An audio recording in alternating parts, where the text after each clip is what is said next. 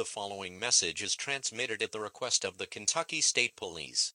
Several reports have arrived to the state police about unexpected and sudden flooding occurring all across the state at this time.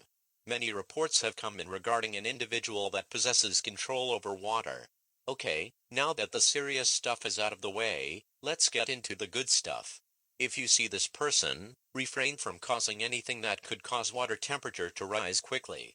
Seriously, scalding is no joke, and you look like one hell of an idiot for even thinking it could work.